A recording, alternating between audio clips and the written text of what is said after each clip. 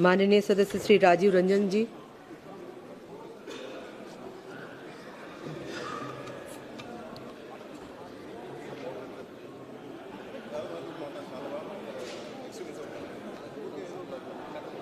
महोदय,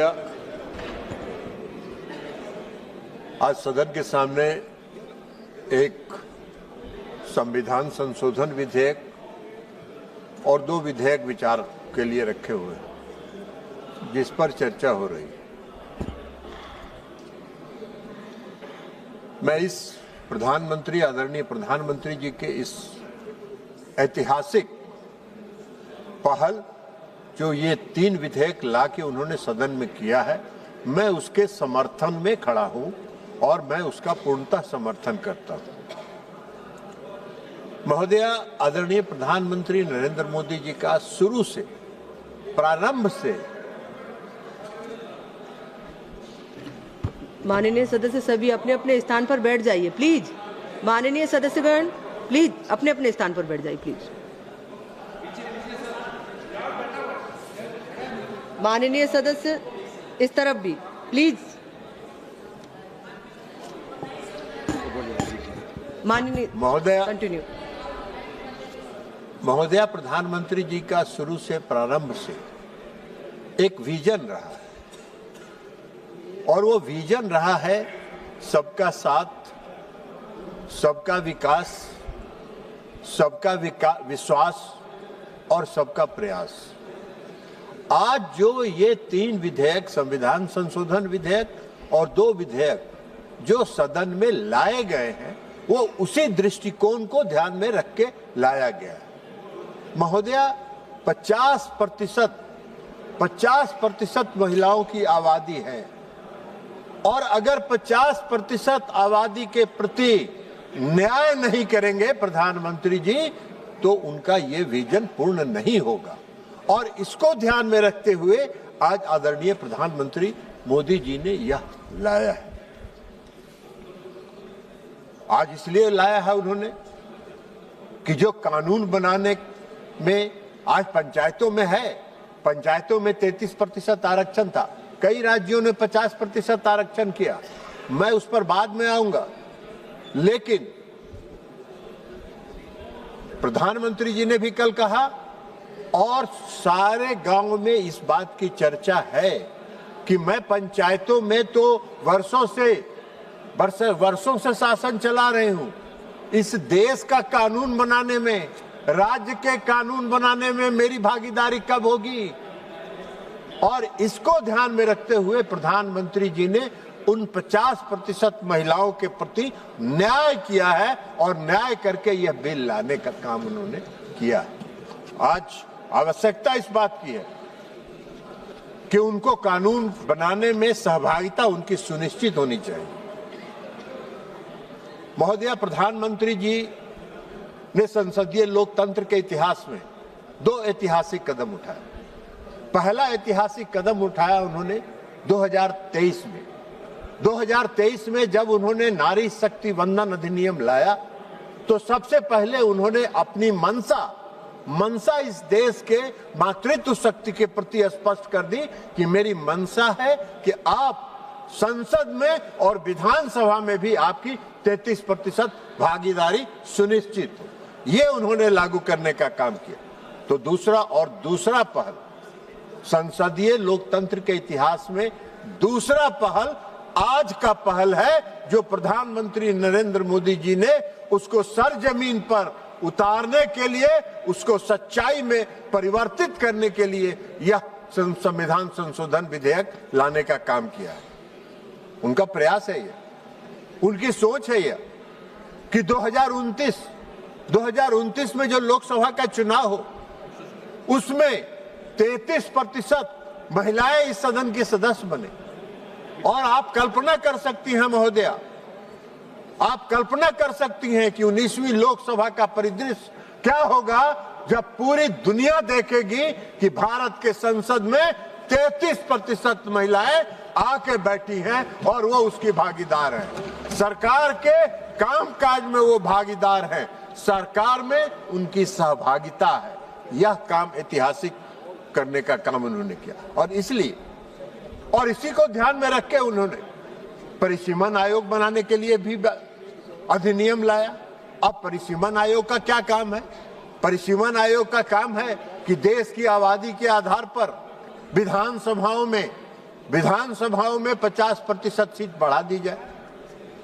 50% अगर सीट बढ़ जाएगी तो स्वाभाविक तौर पर लोकसभा में भी सीटें बढ़ जाएगी और उसमें 33% महिलाओं को आरक्षण मिलेगा। इसमें कौन सा गुनाह है? इसमें कौन सी है? 2011 का सेंसस हो या 2023 का सेंसस हो, 26 का सेंसस हो, इसमें क्या अंतर पड़ना है? महिलाएं तो महिलाएं, महिला एक समाज है और वो महिलाएं चाहे जिस वर्ग की महिला हो, महिला है। और महिलाओं के साथ न्याय में ये आनाकानी और जो रास्ता खोजने का काम किया जा रहा है, महिला विरोधी होने के लिए जो रास्ता खोजने का काम किया जा रहा है, उसका इस देश की महिलाएं उसका समर्थन कभी नहीं करेंगी। इस देश की महिलाएं, कल प्रधानमंत्री जी ने भी सचेत किया है, आपको बता देंगे, अभी ठहर जाइए थोड़ी ना, अभी अखिलेश जी को बताते हैं। तो इसलिए ये आ रहा है, अब विधानसभाओं में सीटें बढ़ेगी, लोकसभा में भी सीटें बढ़ेगी, तो इसमें क्या दिक्कत है भाई? इसमें कोई दिक्कत नहीं होना चाहिए। लेकिन मैं कल देख रहा था, मैं कल सुन रहा था कि माननीय सदस्य प्रियंका जी अभी किरण रिजिजू जी चले गए, नहीं तो और मेघवाल साहब हैं, किरण रिजिजू जी जा रहे हैं, हम उन्हीं को एक कोट करके उनको वो साबित करना चाहते हैं। उन्होंने कल भाषण दिया, उनका भाषण हम बहुत ध्यान से सुन रहे थे। उन्होंने 3-4 बातों का उल्लेख किया। पहली बात उन्होंने कहा कि जल्दीबाजी में क्यों लाई गई। 50% महिलाओं को आरक्षण देना जल्दीबाजी का कदम नहीं हो सकता है।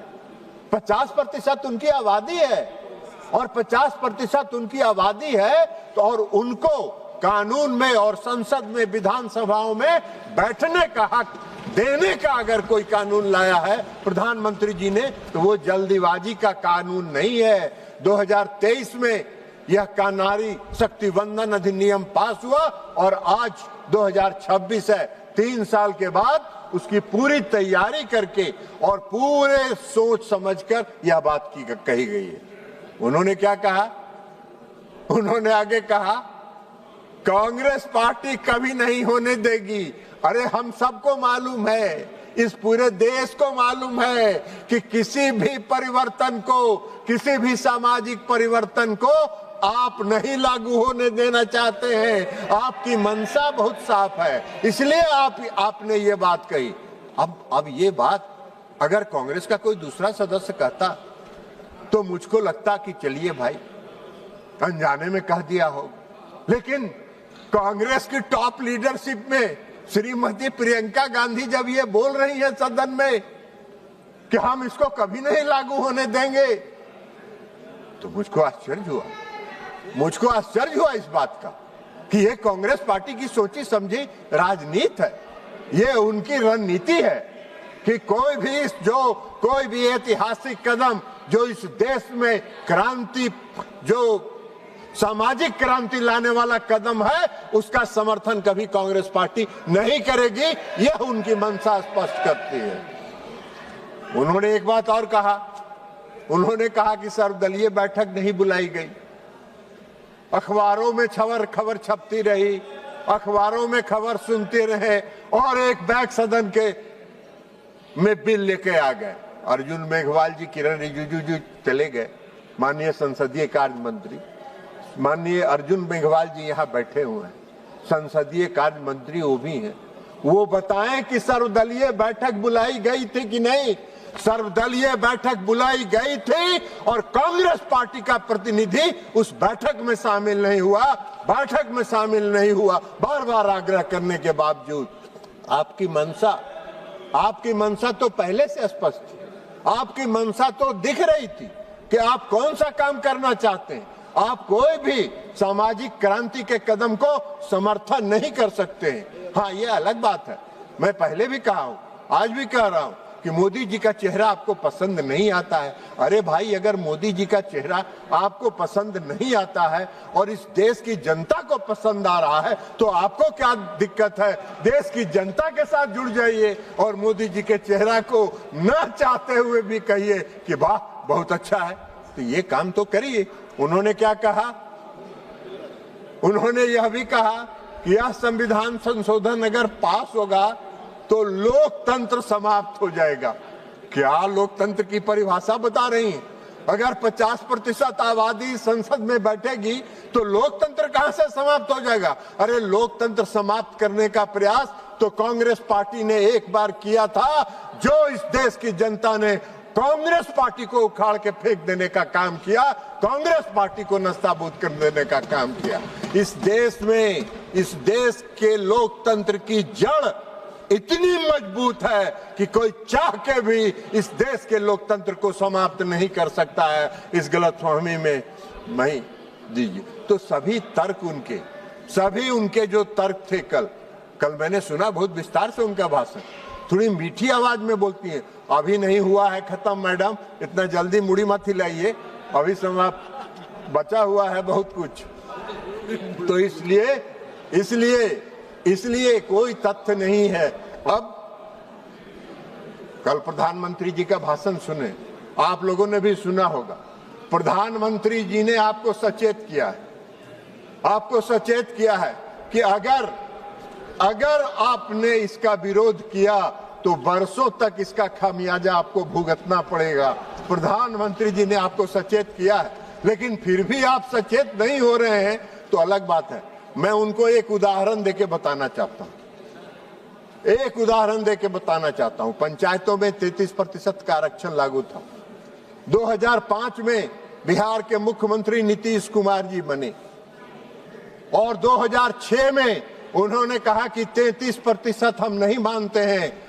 हम इस देश में महिलाओं की आबादी और इस राज्य में महिलाओं की आबादी 50% है। हम 50% पंचायती राज व्यवस्था में नगर निकाय में आरक्षण देंगे। और सिर्फ उन्होंने पंचायतों में और नगर निकाय में आरक्षण नहीं दिया, मुख्यमंत्री नीतीश कुमार जी ने एकल पद जो प्रमुख का पद होता है, जिला परिषद के अध्यक्ष का पद होता है, सरपंच का पद होता है, उस पर भी आरक्षण उन्होंने दिया।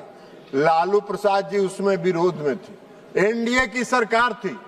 लालू प्रसाद जी ने उस नीतीश जी के फॉर्मूले का विरोध किया और आज तक उनको खामियाजा भुगतना पड़ रहा है। आज तक बिहार की जन एनडीए, मैंने देखा है बिहार के एनडीए के साथ वहां की महिलाएं 100% खड़ी होती हैं। आप इस बार के चुनाव का वोट निकाल के देख लीजिए। अखिलेश जी, हम आपको कहेंगे, मेरे मित्र हैं, उनसे सचेत रहिए, उनके चक्कर में मत पड़िए, उनके चक्कर में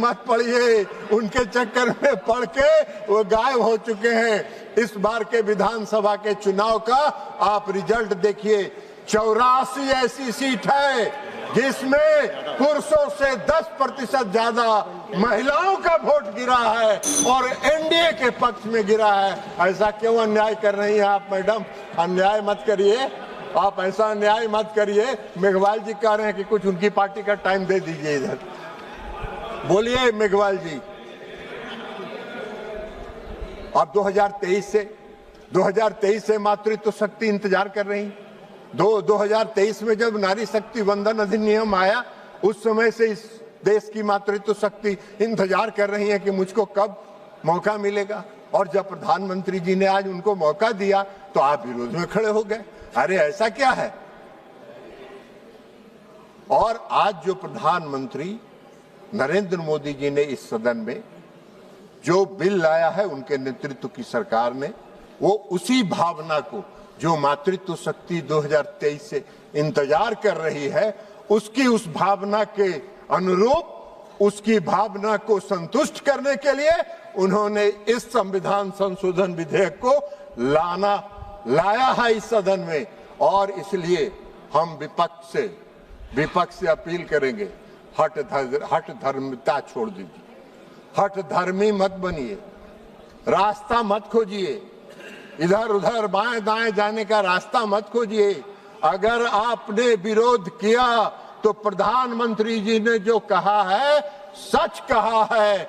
अगले 20-25 वर्षों तक आपको उसका खामियाजा भुगतना पड़ेगा, जैसे लालू प्रसाद जी 2005 से 2026 तक खामियाजा भुगत रहे हैं। और आप क्या बात करिएगा?